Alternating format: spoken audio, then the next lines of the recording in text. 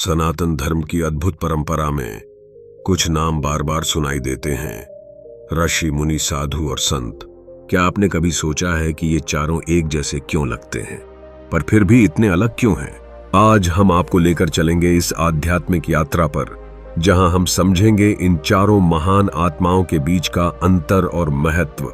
ऋषि, मुनि, साधु, संत, सनातन धर्म के चार स्तंभ। ऋषि, दिव्यता के दृष्ट ऋषि, यानी वो जो सत्य को देखते हैं। ऋषि कोई साधारण ज्ञानी नहीं होते, वे ऐसे दिव्य दृष्टा होते हैं जिन्होंने वेदों की रचाओं को श्रुति के रूप में सुना, अनुभव किया और जगत को दिया।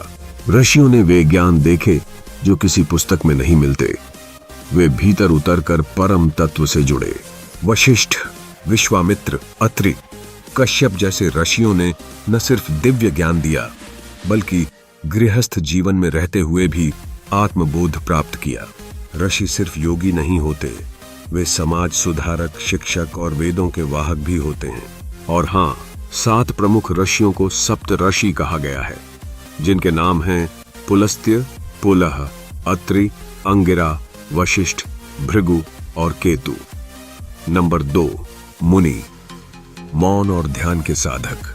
तो बात करते हैं मुनि की। मुनि यानी वो जो मौन में समाया है। मुनि शब्द मौन से निकला है।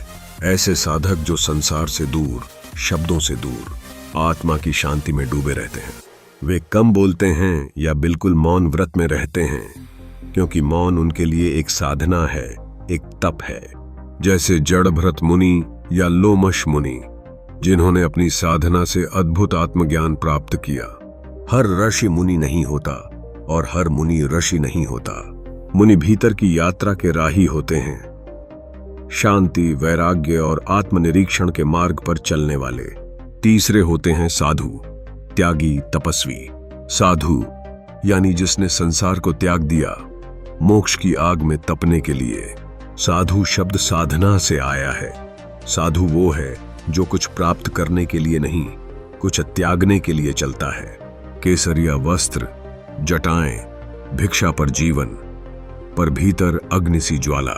इनका जीवन चलता है तप, योग और वैराग्य पर। ये गांव शहर घूमते हैं, स्थायी घर नहीं रखते। इनकी उपस्थिति ही हमें याद दिलाती है कि यह संसार अस्थाई है और केवल आत्मज्ञान ही स्थायी है। साधु का मार्ग कठिन होता है, लेकिन उनका त्याग उन्हें ऊंचाई देता है। चौथे नंबर पर आते हैं संत, प्रेम, सेवा और करुणा के मार्गदर्शक, जो आत्मा से बोलते हैं और हृदयों में बसते हैं। संत वो होते हैं जो लोगों को अपने जीवन से सिखाते हैं। वे सिर्फ प्रवचन नहीं देते, वे प्रेम करते हैं, सेवा करते हैं और हर व्यक्ति को गले लगाते हैं, चाहे उसका धर्म, जाति या पृष्ठभूमि कुछ भी हो। संत कबीर, संत रविदास, श्री रामकृष्ण परमहंस और आज की मां अमृतानंदमयी जैसे संत। इनका जीवन समाज को दिशा देता है, पर बड़े प्रेम से, करुणा से। वे समाज में रहकर समाज को ऊपर उठाते हैं। त्याग इनके लिए जरूरी नहीं, लेकिन करुणा हमेशा साथ होती है। संत आम भाषा में असाधारण बातें समझाते हैं और हमें ईश्वर से जोड़ते हैं।